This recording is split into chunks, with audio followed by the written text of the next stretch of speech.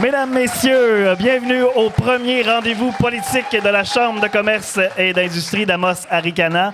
Les rendez-vous politiques, un nouveau rendez-vous qu'on veut vous proposer ici. Aujourd'hui, on est en direct du courant alternatif, le CA, avec 70 personnes en feu de différents horizons. Et j'ai l'honneur, j'ai la chance aussi d'avoir avec moi un invité de marque parce qu'on ne voulait pas commencer ça petit, on voulait que ce soit intéressant et pertinent. Donc, monsieur le ministre régional responsable de l'Abitibi-Témiscamingue du Nord du Québec et accessoirement de la Mauricie, monsieur Jean Boulet. Je suis d'accord. C'est enregistré. Merci, M. Boulet, d'être là. D'abord, je vais commencer avec les questions d'usage. Là, comment ça va? Ben, ça va bien, mais j'ai oublié de mentionner quelqu'un. Là. J'ai rencontré Sébastien Dastou, qui est le maire d'Amos, que je connais depuis quand même un certain nombre d'années. Depuis Survivor? Sébastien m'a confirmé. Vous Avant l'avez dit ça, à okay. Survivor, puis oui. Il me dit qu'il continue à s'entraîner. Fait que c'est un maire qui a des qualités physiques et intellectuelles que je considère exceptionnelles. Il m'a confirmé sa volonté d'être candidat encore aux prochaines élections municipales. Je n'ai pas de parti pris, mais je peux vous dire et partager avec vous, c'est un très bon maire. Merci. Ben, merci d'être là dans la région. Sébastien. Évidemment, comme ministre régional, dans le fond, on a le goût de vous entendre sur des dossiers importants, des enjeux, ce qu'on vit finalement au quotidien. Fait que je vous propose 4 blocs, là, 4 sujets. On va y aller dans l'ordre comme ça. J'ai un petit préambule, une petite question, puis après ça, on en discute. Puis à la fin aussi, si jamais il y a des gens dans le public qui ont des questions, vous ne gênez pas, puis on va pouvoir vous les amener. Premier bloc, ça en surprendra plus d'un, santé et services de proximité. Le dossier de la modernisation du bloc opératoire de l'hôpital d'Amos est une préoccupation majeure pour la région, tant pour les professionnels de la santé que pour la population. Les infrastructures actuelles ne répondent plus aux besoins grandissants et aux standards modernes, ce qui met une pression supplémentaire sur le système de soins en Abitibi-Témiscamingue. Plusieurs démarches ont été entreprises par les acteurs locaux pour faire avancer ce projet essentiel, mais des questions subsistent quant à son financement et à son échéancier. Donc, Monsieur le ministre, la question, quelles sont les prochaines étapes concrètes là, prévues par le gouvernement pour assurer la réalisation de ce projet dans un délai dit raisonnable? Bien, dans un premier temps, Mathieu, c'est probablement le dossier qui m'interpelle le plus à Amos. Le bloc opératoire, on en a besoin. Ça répond plus à ce qui est essentiel dans la qualité des gens qui vivent dans notre région. Évidemment, vous savez qu'il y a un processus à respecter qui fait partie du programme québécois des infrastructures. Je ne vous redirai pas que l'état des finances publiques est précaire. Je ne vous redirai pas qu'il y a des besoins assez phénoménaux dans toutes les régions du Québec. Ce qui nous préoccupe, Suzanne et moi particulièrement, c'est le bloc opératoire à Amos. Je vous dirais que ce qui est important, c'est 2 choses. 1, le financement, puis 2, le séquencement des travaux. Parce qu'au-delà de l'approbation, il faut aussi savoir quand ça va débuter, quand ça va se faire. Et là, il y a des impératifs fonctionnels et techniques. Le bloc opératoire, je vous dirais, dans les prochaines semaines, le nouveau programme québécois des infrastructures devrait être annoncé. Et c'est une priorité que je partage, que les députés de la région partagent et le Conseil des ministres aussi partage. Évidemment, je ne peux pas vous confirmer rien, mais je vous dis, c'est une priorité, puis on devrait avoir des informations plus concrètes d'ici quelques semaines.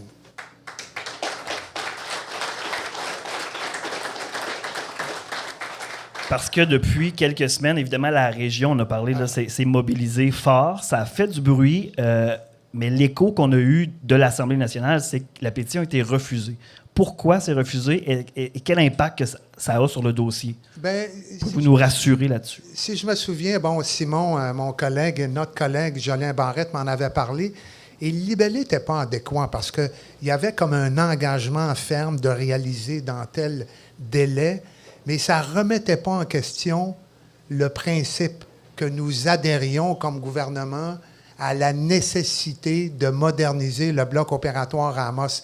Et on a proposé un amendement, Mathieu, qui a été refusé par le parti qui présentait la pétition, et donc, c'est pas allé de l'avant.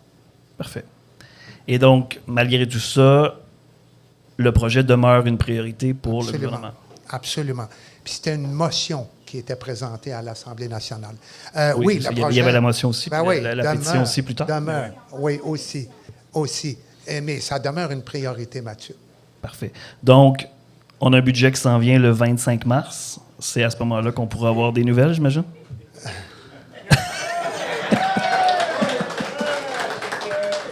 Des nouvelles positives ou négatives, ça ne m'appartient pas. J'estime pour mon collègue qui est ministre des Finances, Éric Girard, le dépôt du budget se fera le 25 mars et pour le PQI, ça va suivre le cours normal. Parfait. Merci beaucoup. C'est ça la politique aussi, Mathieu. On ne peut pas tout dire. Oui, 100%. Moi, je suis un ancien journaliste, fait que j'essaye de...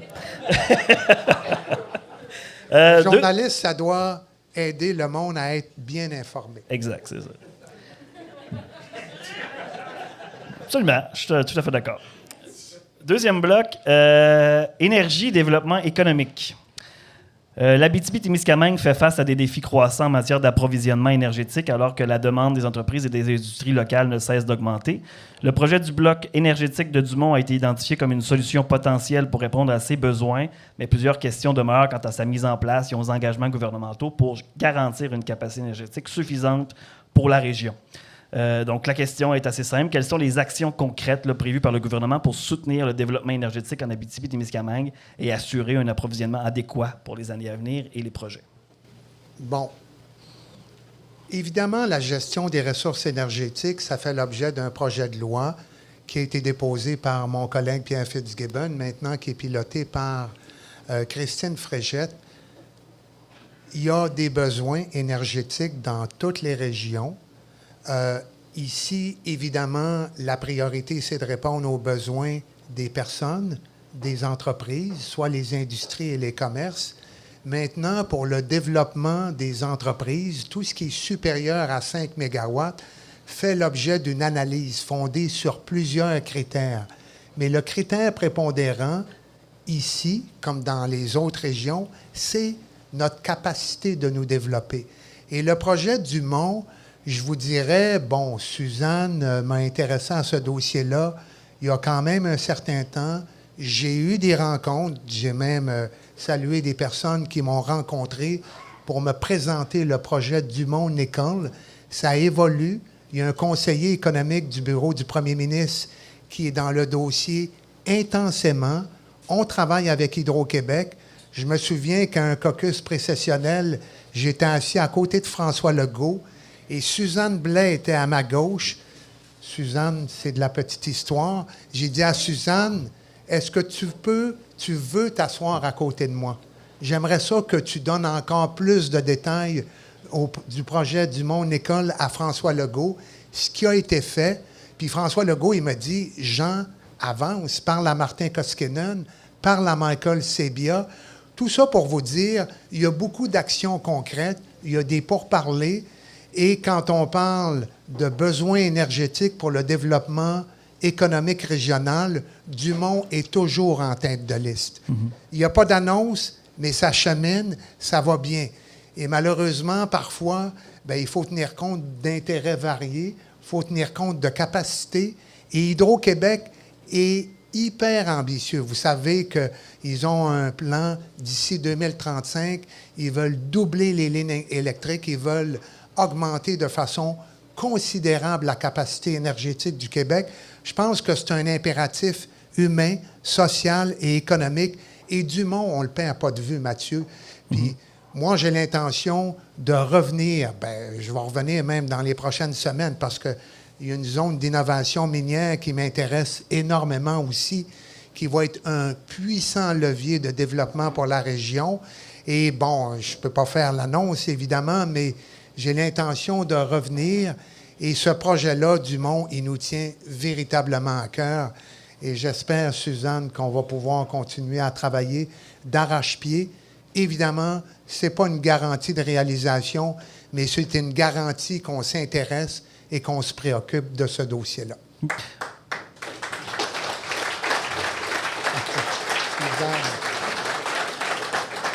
Parce que quand on parle de développement économique régional aussi, c'est important que les projets se développent partout dans les régions. On le sait, on a eu beaucoup d'usines dans le passé, il y en a beaucoup qui sont fermées.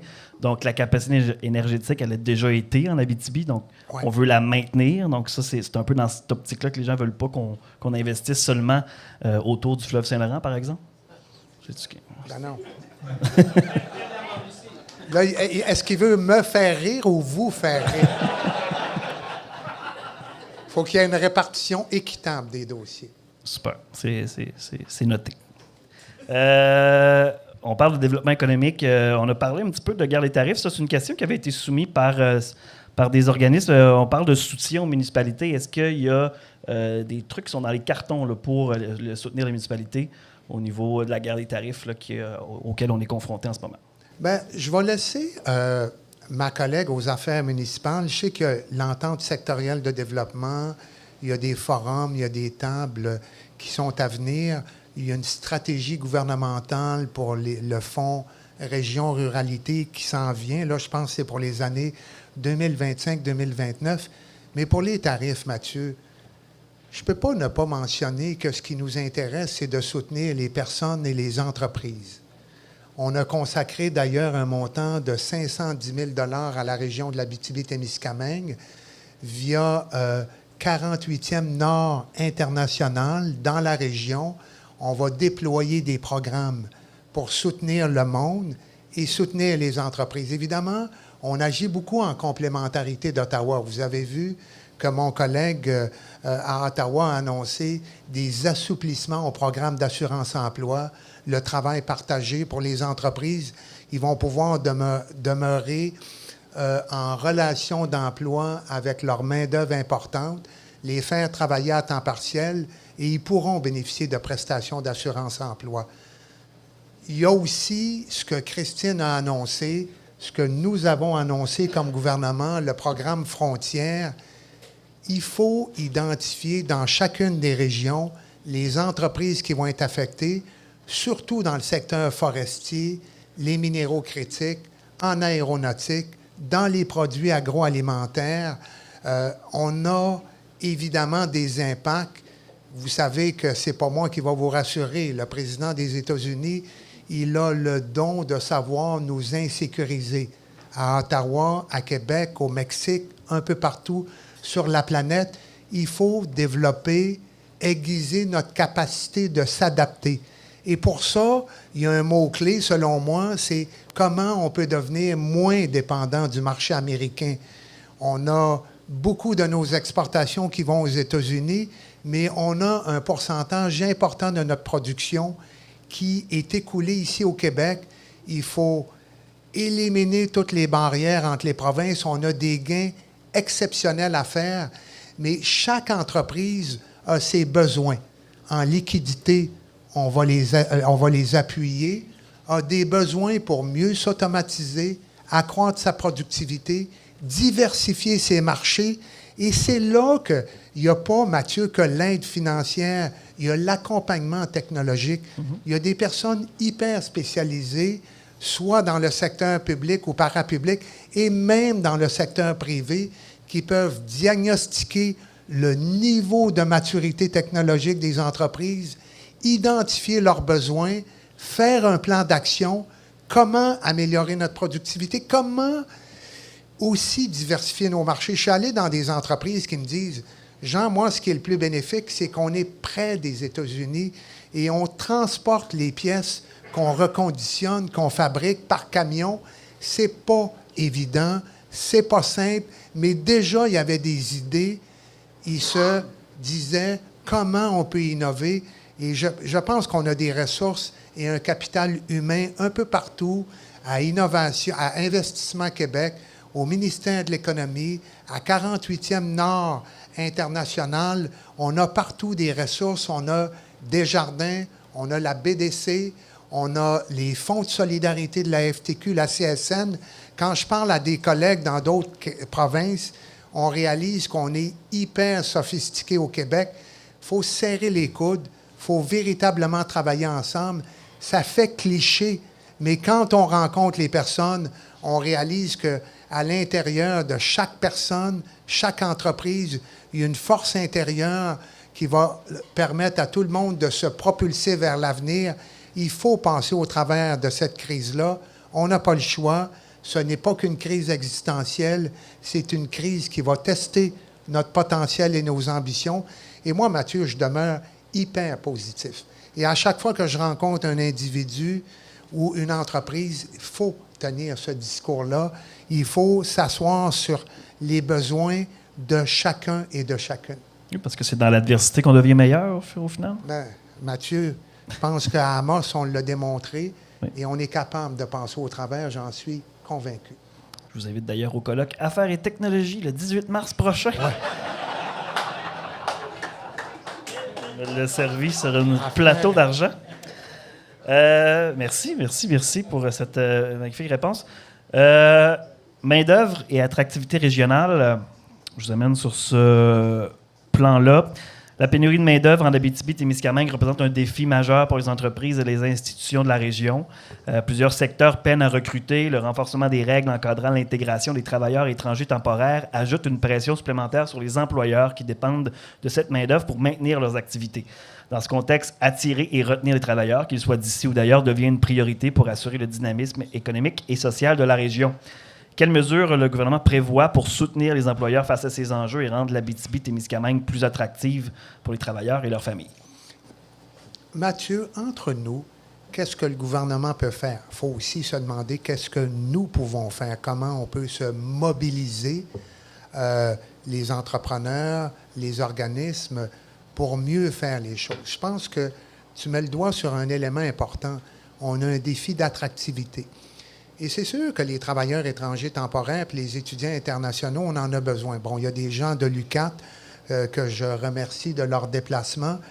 C'est une université fantastique. On a annoncé d'ailleurs l'année dernière un montant de 10 millions pour faire l'analyse de l'impact des contaminants sur la santé et l'environnement de la région. Évidemment, ça réfère à Horn, sans revenir dans tout le plan qui a été annoncé par ma collègue. Mais les travailleurs étrangers temporaires, dans tous les secteurs, puis j'étais impliqué dans ce programme-là qui est géré conjointement par Ottawa et Québec, et je fais partie de ceux qui ont travaillé à l'élargissement du programme des TET. Avant, on voyait surtout ça dans le secteur agricole. Maintenant, on l'a dans tous les secteurs manufacturiers. Évidemment, ça a généré énormément de demandes, de sorte que, et c'est documenté, ça exerce une pression sur la société d'accueil remarquable qu'est le Québec. Il faut juste s'assurer qu'il y ait un bon équilibre. Et c'est sûr que les mesures qui ont été adoptées par Québec, d'autres par Ottawa, sont quand même assez limitées et restrictives. Ça ne nous empêche pas d'avoir accès à un bassin de travailleurs étrangers temporaires, mais avec certaines réserves. Les étudiants internationaux, c'est un peu la même dynamique. Mais quand je parle d'attractivité, j'ai donné un exemple tout à l'heure. Moi, je dis tout le temps, la meilleure campagne qu'on pourrait faire en Abitibi-Témiscamingue, c'est se valoriser. Une campagne de valorisation pour intéresser aux études, à la vie communautaire, à la qualité. Bon, Mélissa, qui est mon attachée régionale, est originaire de la France. Elle est ici depuis combien de temps, Mélissa?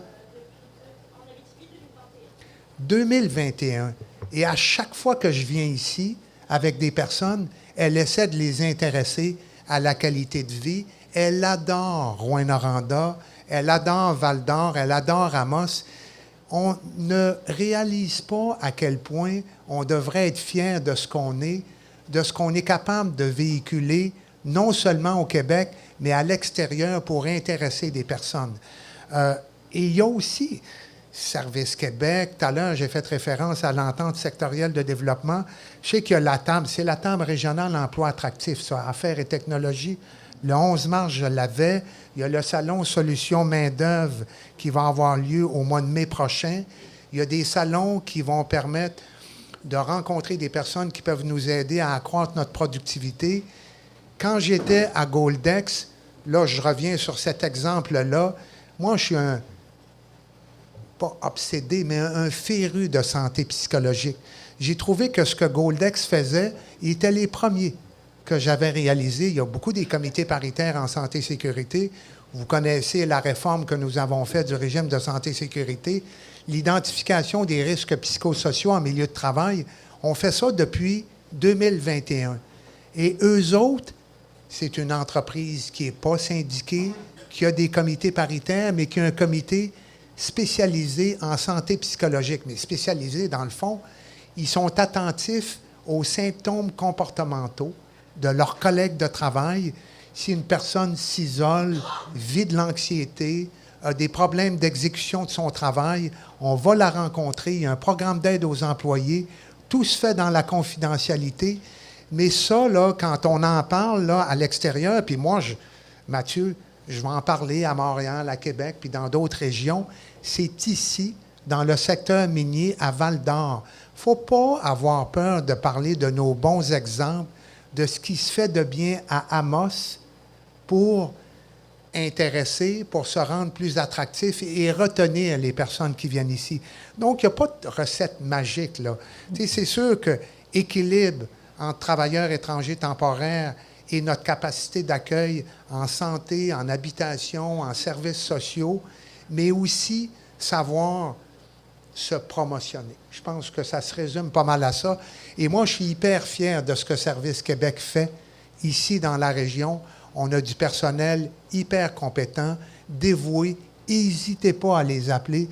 J'ai souvent dit à des organismes comme le Conseil du patronat, la Fédération des chambres de commerce, les manufacturiers exportateurs, la Fédération canadienne de l'entreprise indépendante, quand vous vous demandez ce que le gouvernement peut faire, il faut s'informer. Il y a plein d'entreprises, d'individus qui ne savent pas les services, la variété des mesures et des programmes que nous pourrions bénéficier. N'hésitez pas à frapper à la porte. Et des fois, on enrichit nos programmes en écoutant puis en faisant des rencontres comme celle-là, Mathieu. Puis sinon, un bloc opératoire neuf puis une mine de nickel, ça peut pas nuire. Oui. Oui. Mais je reviens sur le... C'est comique, Mathieu, quand même. Je reviens, ouais, je peux pas m'en empêcher. C'est parce que c'est Claude là, qui m'a mis de la pression. C'est son 4e mandat, hein, c'est ça. Hein? Oui. Parce que je reviens sur les travailleurs étrangers temporaires parce que j'ai pas le choix de remettre un petit peu plus, de souligner un petit peu ce dossier-là. On parle justement l'Abitibi-Témiscamingue, on est accueillant, les gens sont attachés, sont fiers de leur région. Là, on a réussi à intégrer des gens de différentes origines. Et là, certaines de ces personnes-là pourraient se faire dire, désolé, ciao bye, sur des bases de considérations politiques qui ont, entre nous, probablement aucun bon sens. Qu'est-ce que ça vous dit, ça, comme élu? Est-ce que vous avez le goût de vous battre pour ce genre d'affaires-là? Ben oui. Je le vis quand je vais dans des régions, dans le Bas-Saint-Laurent, en Gaspésie, sur la Côte-Nord, en Mauricie, au centre du Québec et ici.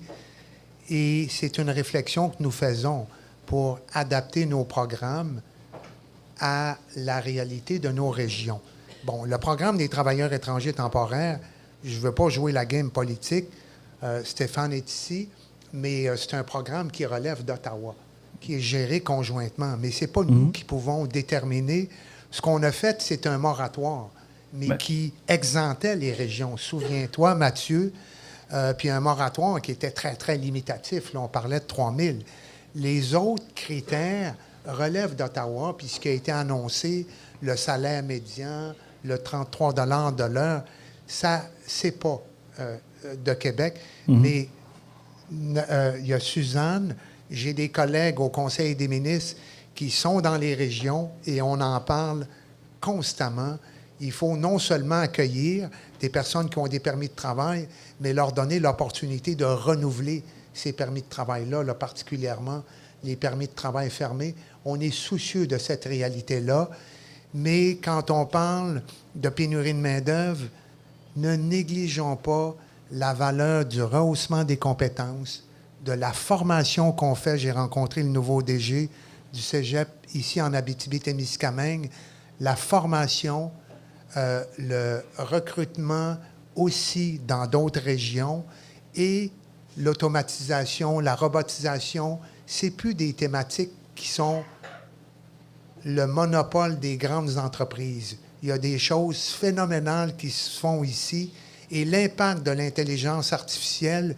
Puis quand on parle d'intelligence artificielle, il y a un corollaire essentiel, c'est la formation. Parce que je dis souvent, tu peux intégrer des robots, mais si tu ne formes pas ta main-d'œuvre humaine, les robots, eux, ils ont besoin d'être réparés, entretenus, programmés, et il ne faut pas avoir des catégories d'employés dans notre environnement. Mais tout ça pour dire, Mathieu, il y a beaucoup de solutions concrètes. Puis encore une fois, moi, je n'aime pas bien le mur à mur. Il faut vraiment coller à la réalité de chaque ville, chaque entreprise, puis chaque personne. On aime ça, entendre ça. Très bonne chose. Puis d'ailleurs, tu parles des gens qui viennent ici, mais j'ai une très bonne amie à Trois-Rivières. Ça vous fera pas rire, mais elle est originaire d'Amos. Elle a grandi à Amos. Elle s'appelle Valérie Bourgeois. Elle a 49 ans à peu près. Elle est devenue directrice générale de Culture Trois-Rivières il y a quelques semaines. Et si vous permettez, je vais la féliciter en votre nom parce qu'il y a le succès abitibien et de Témiscamingue à l'étranger, mais il y a aussi des personnes que je connais de Trois-Rivières qui réussissent véritablement bien ici. Très bon. Dernier bloc, infrastructure et transport. Donc, l'état des infrastructures routières en Abitibi-Témiscamingue est un enjeu crucial pour le développement économique et la sécurité des usagers. Les routes de la région, essentielles pour le transport des marchandises et la mobilité des travailleurs, nécessitent des investissements soutenus afin d'assurer leur pérennité et leur adaptation aux besoins grandissants des industries locales. Dans cette optique, la Fédération des chambres de commerce du Québec a récemment intensifié ses démarches auprès du gouvernement afin d'obtenir un réinvestissement significatif dans l'amélioration du réseau routier. Donc, quelles sont les priorités du gouvernement en matière d'infrastructures routières pour la région et comment on compte répondre aux préoccupations du milieu économique concernant la modernisation et l'entretien du réseau? On le sait qu'on a beaucoup des projets économiques d'ampleur un peu partout dans la région, d'ailleurs. Ça va demander un peu de réinvestissement. Oui, mais c'est un dossier, le transport. C'est tellement aussi important pour la mobilité des personnes. Puis, tu sais, c'est quand même une grande région géographique et aussi le transport des marchandises. Et je suis assez fier du bilan de notre gouvernement en transport, là. Il y a encore beaucoup à réaliser, mais souvenez-vous, les investissements routiers, 177 millions annoncés pour la réfection et l'entretien pour lutter contre notre déficit en matière d'entretien des routes. Il y a aussi l'annonce des investissements pour 2025-2027 qui va se faire prochainement. Il y a des études d'opportunité. Vous savez qu'on doit constamment sécuriser de nouveau la route 117. Mm-hmm. Et ça, il va y avoir des annonces aussi positives à venir, Mathieu. On a-tu un scoop? Bien, quand je dis... je ne suis pas venu ici pour confirmer, mais je suis venu ici pour dire il va quand même y en avoir des annonces intéressantes. Il y a le plan quinquennal aussi qui est élaboré. Oui, il y a la part, le déficit du maintien de nos actifs routiers. Le plan quinquennal est en élaboration. Et laisse-moi un petit peu conclure. Là, depuis qu'on est arrivé en 2018, j'ai vérifié les chiffres hier, puis Mélissa me confirmait tout à l'heure, on a investi plus de 1 milliard, donc une moyenne de 168 millions par an. Il y a eu beaucoup d'investissements, puis je sais que c'est vraiment un incontournable ici dans la région. Avez-vous traversé le parc pour venir jusqu'ici? Et ça, il va y avoir pour le parc La Vérandrie, oui. Bien, il y a le carrefour, là, où il y a quand même eu des annonces intéressantes pour le carrefour giratoire, mais il y en a d'autres qui s'en viennent aussi, Mathieu. On aime s'entendre ça? C'est ce qui met fin aux différents sujets qu'on voulait aborder ensemble. Maintenant, on aurait du temps pour 2 questions du public. Est-ce qu'il y a des gens qui aimeraient se lancer? Il y a un micro juste ici. Vous pouvez... il y a un micro sans fil, parfait. Mathieu va aller vous trouver. Monsieur Gagnon, Conseil de la culture de l'Abitibi-Témiscamingue. Culture. Bonjour, M. Boulet. Bonjour, M. Boulet. Louis-Éric Gagnon, président du Conseil de la culture de l'Abitibi-Témiscamingue. J'ai une question concernant la culture, bien sûr. La version longue, la version courte, Mathieu? Moyenne de connaissance. La version moyenne. Louis-Éric Gagnon. Étant donné que ben là, le milieu culturel est en crise, hein, on a besoin d'un investissement, le rouleau compresseur américain qui se fait sentir, puis aussi que les industries sont sous-financées, mis à part la SODEC dont les budgets sont principalement à Montréal par la nature même de l'industrie culturelle. Comment on. Et que la culture, c'est un cheval de bataille du gouvernement Legault. Qu'est-ce qu'on fait avec le financement de la culture pour les régions? Ben Louis-Éric, c'est une excellente question, puis tu ne seras pas content de ma réponse. Fait que, est-ce que tu veux une réponse courte ou longue? Non, mais j'étais avec Mathieu là, récemment. On a annoncé de quoi pour la salle J-Antonio Thompson, puis Mathieu a réitéré à quel point c'était important. Évidemment, il a été contraint de dire qu'il fallait respecter les budgets. Il a parlé de la SODEC. Je sais que c'est surtout concentré à Montréal. Moi, là, Louis-Éric, là, je ne peux que faire la promotion de l'importance de la culture. J'ai parlé de Valérie Bourgeois. Ça ne m'inquiète pas d'en parler. Il y a un budget qui va être présenté le 25 mars. On aura des réponses plus claires. C'est pour ça que je ne peux pas te donner une réponse plus longue que ça.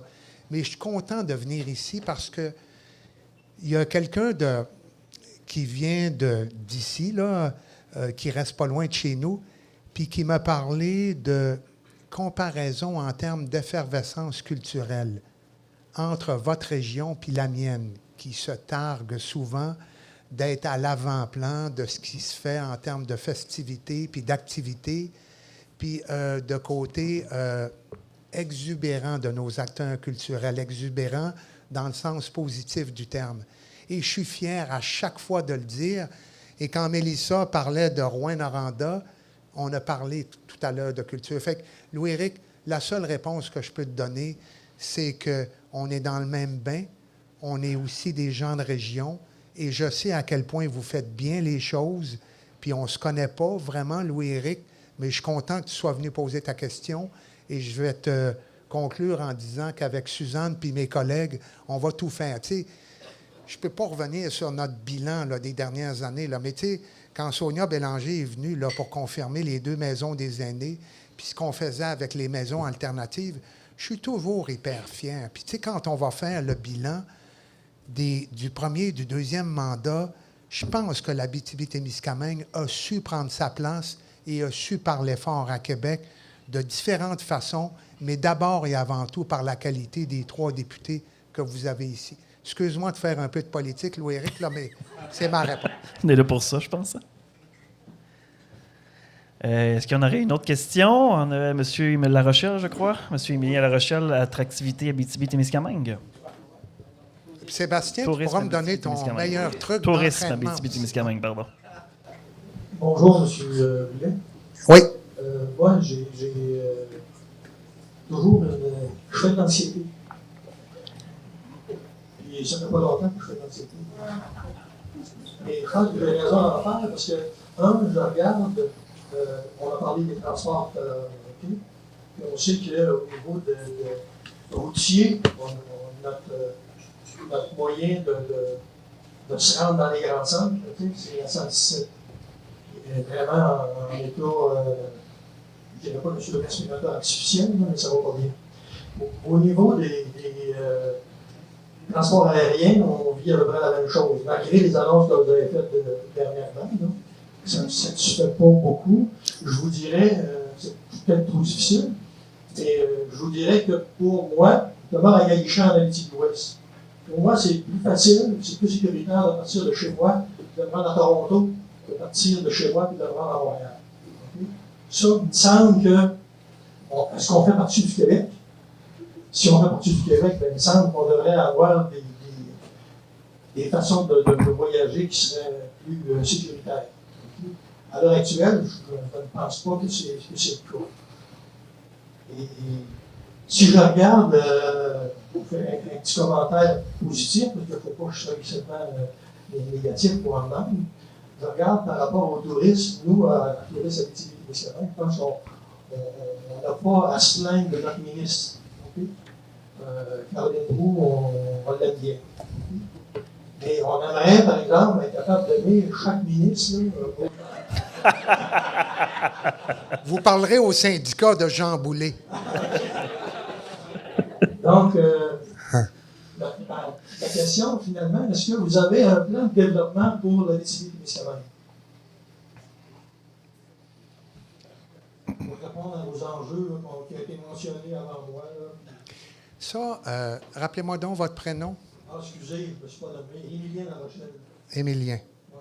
Président de Tourisme Abitibi. Moi, là, entre autres. Émilien, là, je ne suis pas venu en politique pour dire c'est quoi votre plan. Je suis venu en politique pour aider les gens. Un État, ça doit jouer un rôle régulateur. On n'est pas un État hyper interventionniste et on ne le sera jamais. J'ai donné mandat à la conférence administrative régionale de travailler en collaboration tous les ministères, indépendamment de leur mission, pour établir un plan d'action. Puis le plan d'action, il s'en vient, mais il va être établi en fonction de priorités établies par vous autres, par les acteurs, par les maires, les préfets. Ça s'articule ici en Abitibi-Témiscamingue autour de la santé, de l'éducation et du logement. À votre question, Émilien, choquez-moi pas, là. Est-ce que vous faites partie du Québec? Si on ne m'a jamais posé la question ailleurs, la réponse, c'est oui, vous faites partie du Québec. Oui, l'Abitibi-Témiscamingue est considérée. Je suis ici. Suzanne, Pierre, Daniel sont des témoignages éloquents et vivants de ce que nous faisons. Ça ne sera jamais parfait. Vous aurez toujours des satisfactions. Mais tu sais, quand on est en politique, puis au niveau municipal, on ne peut pas bullshiter. Il faut dire la vérité. On fait des pas en avant. On va dans la bonne direction. Mais demandez-moi pas si vous faites partie du Québec. La réponse, c'est oui. Demandez-moi pas si j'ai un plan d'action. Le plan d'action, il vient de vous autres. Il vient des ministères qui travaillent avec les élus puis les partenaires socio-économiques. Donc, puis je ne suis pas choqué, là, Émilien, là, mais c'est important de dire que si je suis ici, c'est que j'ai développé aussi de l'affection pour votre région. J'aime le recteur, j'aime les personnes que je côtoie dans la rue. On a aussi fait beaucoup de travail pour l'intégration des personnes sous-représentées dans la société, que ce soit les personnes provenant des communautés autochtones et autres, dans tous les secteurs d'activité, le tourisme.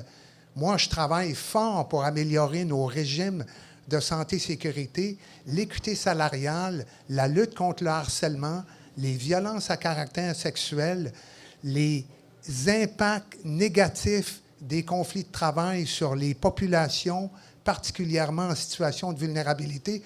On agit partout.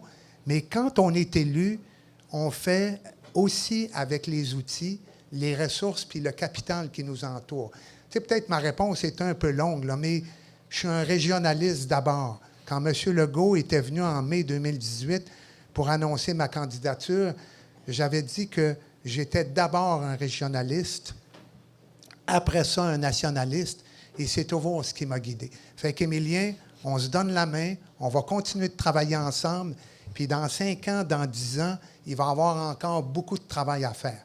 Et M. Trump, il nous le rappelle continuellement. Ah, voilà. Merci.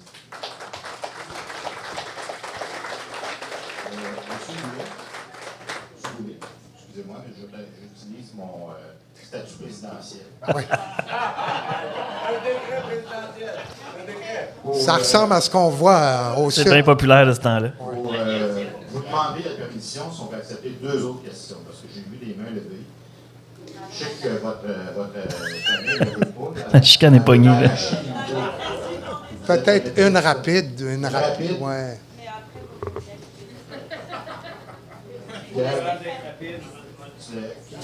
Pierre ou Jean-Pierre? Et mon Dieu. C'est vrai qu'il y avait eu la main pognée. Voilà, il n'y a pas eu de dame. Désolé, les gars. Madame Mélanie Tremblay, directrice. C'est parce qu'on est jusqu'au 18 mars. Je vais utiliser mon privilège de venir. Tu as tellement Bonjour, raison. M. Boulay. Ouais. Mélanie Tremblay, directrice du Centre de prévention du suicide d'Amos et aussi membre d'affaires du projet Travail donnant. Le travail de rang, c'est un service psychosocial, un service de proximité auprès des producteurs agricoles. J'avais écrit ma question dans des beaux mots polis, dignes d'une question de la santé nationale, puis je vais vous la vulgariser. Donc, on va faire ça court. Il y a été question de santé, il y a été question de santé psychologique, l'importance que vous y accordez. Dans la foulée des coupures liées à Santé Québec et la volonté, pas de diminuer, mais d'éradiquer les déficits dans les différents CIS.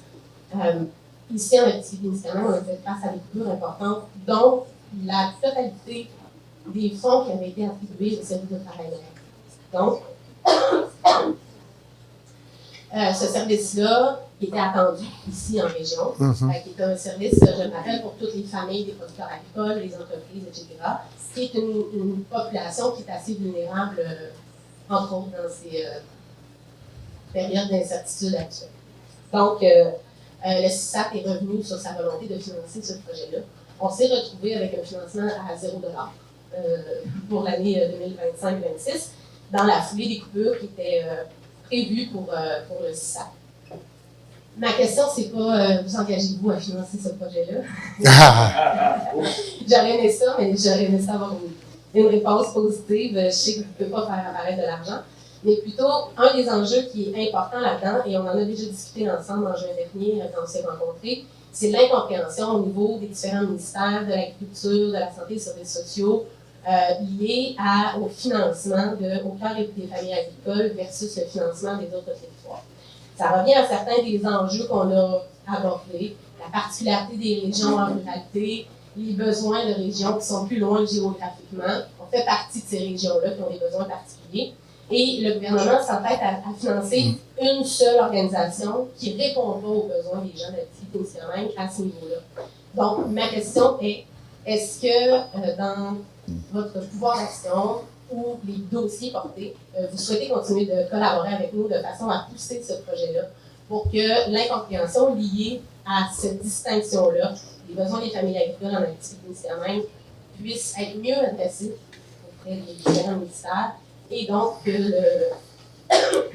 le financement puisse être pas reconduit, là, parce que je sais qu'il y a de l'argent, mais en tout cas attribué d'une façon différente. Totalement. Mélanie, je veux te féliciter pour ton travail. Puis je sais que la prévention du suicide, c'est une clé importante pour une société qui est plus humaine. Les travailleurs de rang, c'est un enjeu que j'aimerais approfondir. Tout ce que je peux faire avec toi, c'est que m'engager à ce qu'on fasse une rencontre. Suzanne, toi, moi, puis je vais demander à quelqu'un de mon cabinet d'être présent et quelqu'un du cabinet du MAPAC aussi, le ministère de l'Agriculture. C'est sûr que je peux intervenir pour voir si c'est une répartition équitable. C'est ce que j'ai dit tout à l'heure à Mathieu. Et ça, c'est pas tant de dépenser les enveloppes budgétaires, c'est de voir en quoi le modèle de financement actuel est inadapté à nos besoins. C'est ça que tu me dis, là, Mélanie. C'est ce que je comprends. Et ça, moi, je vais te donner la main, je vais t'accompagner. Ça, j'aime ça, des dossiers comme ça. Des dossiers ou des projets, là, comme Dumont, puis autres, puis le bloc opératoire, bien sûr, moi, ça m'interpelle énormément. Parce que ça, je le vois, la détresse psychologique, là, l'isolement, l'anxiété, ça tue plein de monde, puis il faut s'y attarder véritablement. Puis ici, il y a de quoi, une mesure qui, en principe, n'est pas discriminatoire ou a des effets indirectement injustifiés ou inéquitables, il faut le dire, Mélanie. Puis je sais qu'au ministère de l'Agriculture, il y a des gens raisonnés comme toi, ils vont comprendre.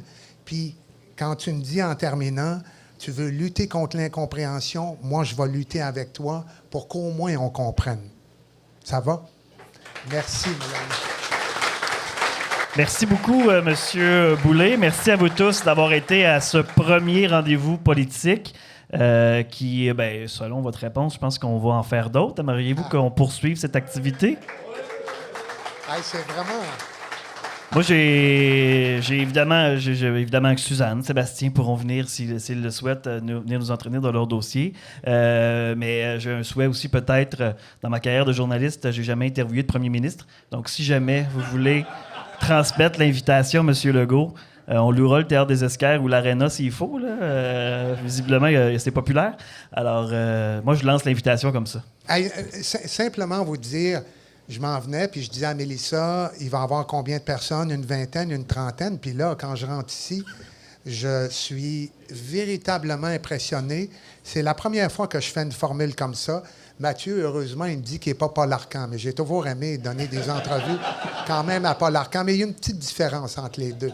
Mais je veux vous féliciter. Ça démontre votre intérêt. Et sachez que une activité comme ça va imprimer un souvenir qui va demeurer dans mon esprit. Puis moi, ça m'aide à débattre, ça m'aide à comprendre et à véhiculer ce qui vous intéresse véritablement. Fait que je vous dis merci de votre présence, félicitations, puis au plaisir de vous revoir. Merci beaucoup. Merci beaucoup. Merci.